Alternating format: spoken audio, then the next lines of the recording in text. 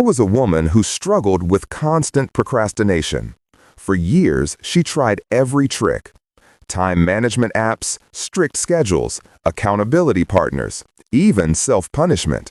She spent countless hours and immense mental energy battling this internal resistance. Then she stumbled upon an ancient Japanese philosophy that changed everything. Within weeks, her productivity soared, and not through brute force or self-discipline. The philosophy revealed a completely different path, a path that felt almost too simple to be true. What if everything you've been taught about overcoming internal blocks is fundamentally flawed? What if the very act of pushing against your own resistance is precisely what makes it stronger? What if there was a way to move past procrastination, self-doubt, or emotional eating without the exhausting internal conflict, without needing endless willpower, and without the crushing cycle of trying and failing? The Japanese have long grasped an intrinsic truth about human psychology we in the West are only now beginning to comprehend. They do not perceive internal resistance as an enemy. They do not advocate brute force against one's own mind. Instead, they cultivate a nuanced system that collaborates with your inner landscape, and the profound shifts it creates are undeniable. The inherent flaw with confrontation. We witness this pattern in Western strategies for change. We declare war on self-doubt, attempting to silence it, only for it to roar back louder. We force ourselves into action, believing willpower will overcome inertia, then collapse exhausted. We set rigid rules and impossible demands, then crumble and feel deeper failure. The Japanese perspective begins from a radically different premise. Instead of labeling unwanted patterns as adversaries, they view them as signals that once served a purpose. Every internal block originated as an attempt to protect or solve something. The chronic procrastinator once found safety in delay. The overthinker once believed intense analysis offered control. Understanding this alters everything. There was once a young student paralyzed by self-doubt. He tried everything to silence it: arguing, affirmations, meditation. Nothing worked. The harder he fought, the stronger it became. Then an old master shared a teaching. Stop trying to silence your doubt. Instead, become an impartial observer. Watch it like leaves drifting on a stream. Notice when it surfaces, how it feels, what thoughts it brings. But do not engage, condemn, or push it away. Simply observe. The student was skeptical, but committed. When self-doubt arose, he quietly acknowledged doubt. He felt its presence, observed its narratives. Within weeks, self-doubt diminished its grip. By observing it without judgment, he created distance. He could feel doubt without being consumed. Eventually, the voice visited less frequently, passing quickly like a fleeting shadow. The profound wisdom of impermanence. This foundational principle underpins the Japanese approach. They understand nothing endures eternally, including intense urges and internal resistance. When you internalize this, your perspective shifts. That suffocating wave of anxiety will subside.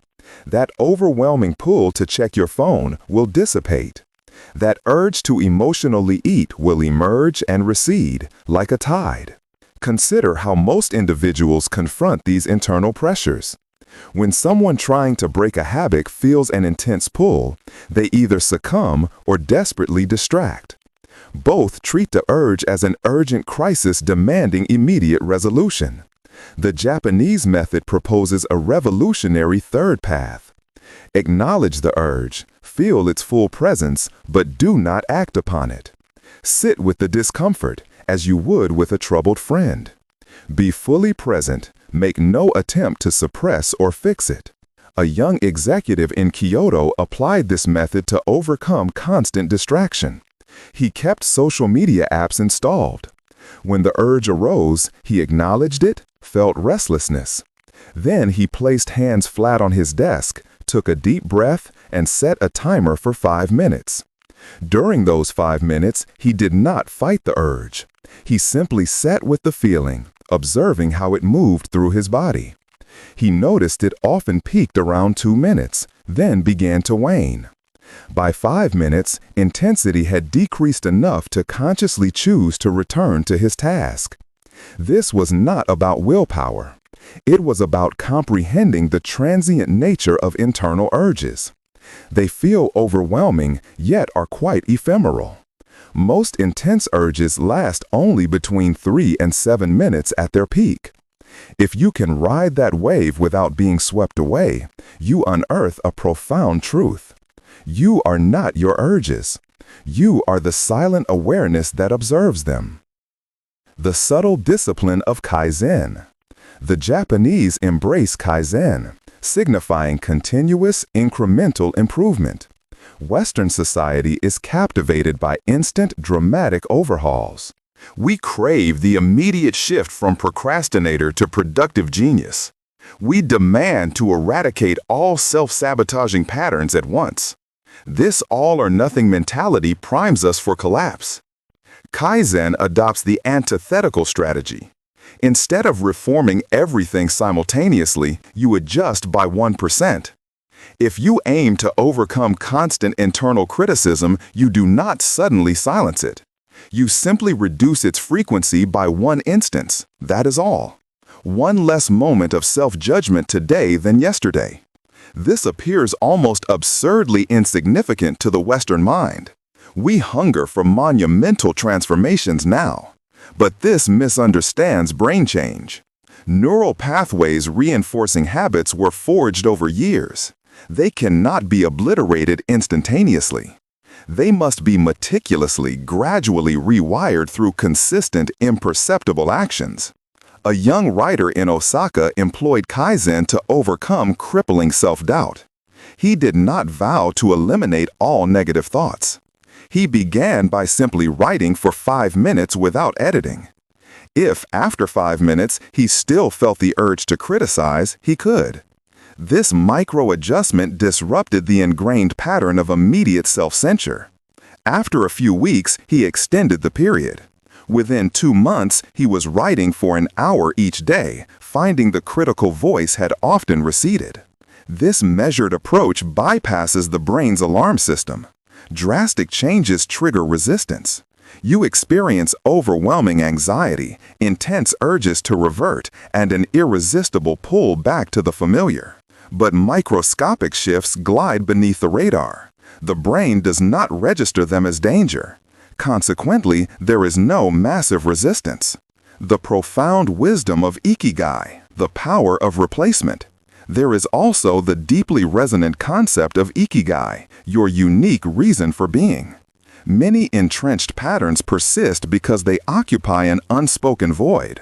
We procrastinate because we fear failure.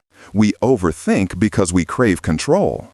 We emotionally eat because we soothe loneliness. Unless we confront the authentic underlying need, merely eliminating the pattern creates a stark emptiness demanding to be refilled. The Japanese methodology suggests you unearth what genuinely imbues your life with purpose, and, with grace, gradually substitute the debilitating pattern with something that resonates with your Ikigai. This extends far beyond a simple exchange. It is about discerning the true longing you satisfy and discovering an authentic, fulfilling method to address that need. A young student struggling with chronic procrastination realized through reflection he wasn't lazy. He was terrified of imperfection. Procrastination was his subconscious strategy to avoid potential pain. Once he grasped this, he developed a new ritual for beginning work. He would dedicate the first 15 minutes of any study session to simply outlining ideas, knowing nothing had to be perfect. He would sketch concepts, jot notes, or free write without judgment. This was not merely replacing one habit with another. It was understanding the deeper fear and meeting it in a way that fostered creativity and self-acceptance. The free writing reconnected him with the joy of exploration, free from pressure. As this positive, aligned pattern solidified, the paralyzing grip of procrastination naturally loosened. The profound discipline of self-compassion. The Japanese also grasp a vital truth regarding shame and self-criticism. In the Western paradigm, we often attempt to galvanize ourselves through brutal self-talk. We brand ourselves weak when we falter. We wield shame as a lash. But shame, far from fostering enduring transformation, cultivates a destructive cycle of inner rebellion and self-sabotage. When you shame yourself, you instigate an internal schism. One part becomes the critic, another the defiant child. These fractured aspects wage tireless war, squandering monumental energy. The Japanese methodology emphasizes self-compassion. When you stumble, you respond to yourself precisely as you would a cherished friend, with profound kindness, empathetic understanding, and gentle encouragement. This is not an abdication of responsibility. It is a recognition that sustainable transformation blossoms from self-acceptance, never from self-loathing. You cannot despise yourself into becoming the person you aspire to be.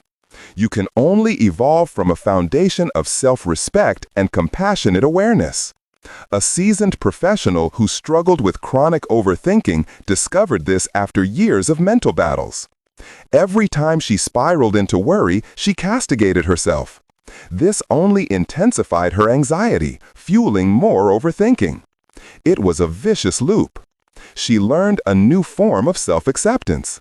When she found herself overthinking, instead of unleashing criticism, she would simply observe without moral judgment. My mind is racing with unhelpful scenarios. That is a fact, not a personal failing. Then she would become curious. What emotion was she experiencing before the overthinking began? What unspoken need was she attempting to fulfill? This tender inquiry, liberated from shame, enabled her to identify recurring triggers. She overthought when uncertain about her career, when she feared disappointing, when overwhelmed. With this compassionate awareness, she could finally address the authentic issues beneath the symptom, rather than merely fighting the manifestation. The elegant architecture of building new pathways.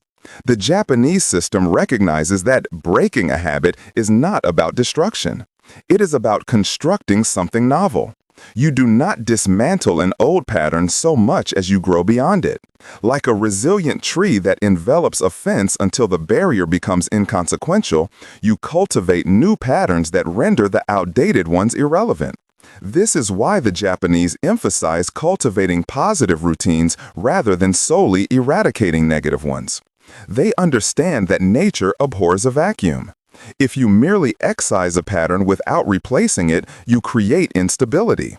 The old pattern will resurface, for it served some function. Consider ingrained habits as well-trodden trails through a dense forest. You have traversed the same route so many times that the path is clear and effortless. Even if this path leads where you no longer desire, your feet instinctively follow it. You cannot simply wish the path away, but you can forge a new one. Initially, this nascent path will feel arduous. You will push through foliage, step with deliberate care. It demands conscious exertion. Yet, with each journey, it becomes incrementally smoother. The undergrowth is compressed. The route clarifies itself. Concurrently, the old unused path begins to be reclaimed by nature, fading. Eventually, the new path becomes the instinctive, effortless choice. This mirrors our neural pathways. The more consistently you activate certain connections, the more robust they become. The less you utilize others, the more they attenuate. Transformation is not primarily willpower. It is repetition. It is about patiently walking the new path again and again until its contours become automatic, until it feels like home. A young professional grappling with chronic self-criticism applied this principle intelligently. Instead of attempting to silence his inner critic through force, he crafted a new evening routine. He placed a journal and a pen next to his bed. In the evening, instead of immediately replaying perceived failures, he would write one sentence of gratitude. This seemed too simplistic, yet that was its genius. Writing one sentence was so easy he never encountered resistance. And once he wrote one, he often felt compelled to write more. Within a month, he was journaling for 10 minutes each evening, focusing on positive reflections. The self-criticism had not been eradicated through struggle. It had been gently, organically superseded by something far more enriching: the profound way forward. The Japanese comprehend that authentic, enduring transformation unfolds in seamless harmony with your inherent nature, never in direct opposition to it. You are not engaged in a battle to conquer yourself. You are not striving to vanquish your perceived weaknesses. You are instead gracefully evolving into a more complete, more integrated expression of who you already intrinsically are. The pattern you wish to transform is not your adversary. It is a profound guide, illuminating precisely where you have drifted out of alignment with your deepest, most authentic self.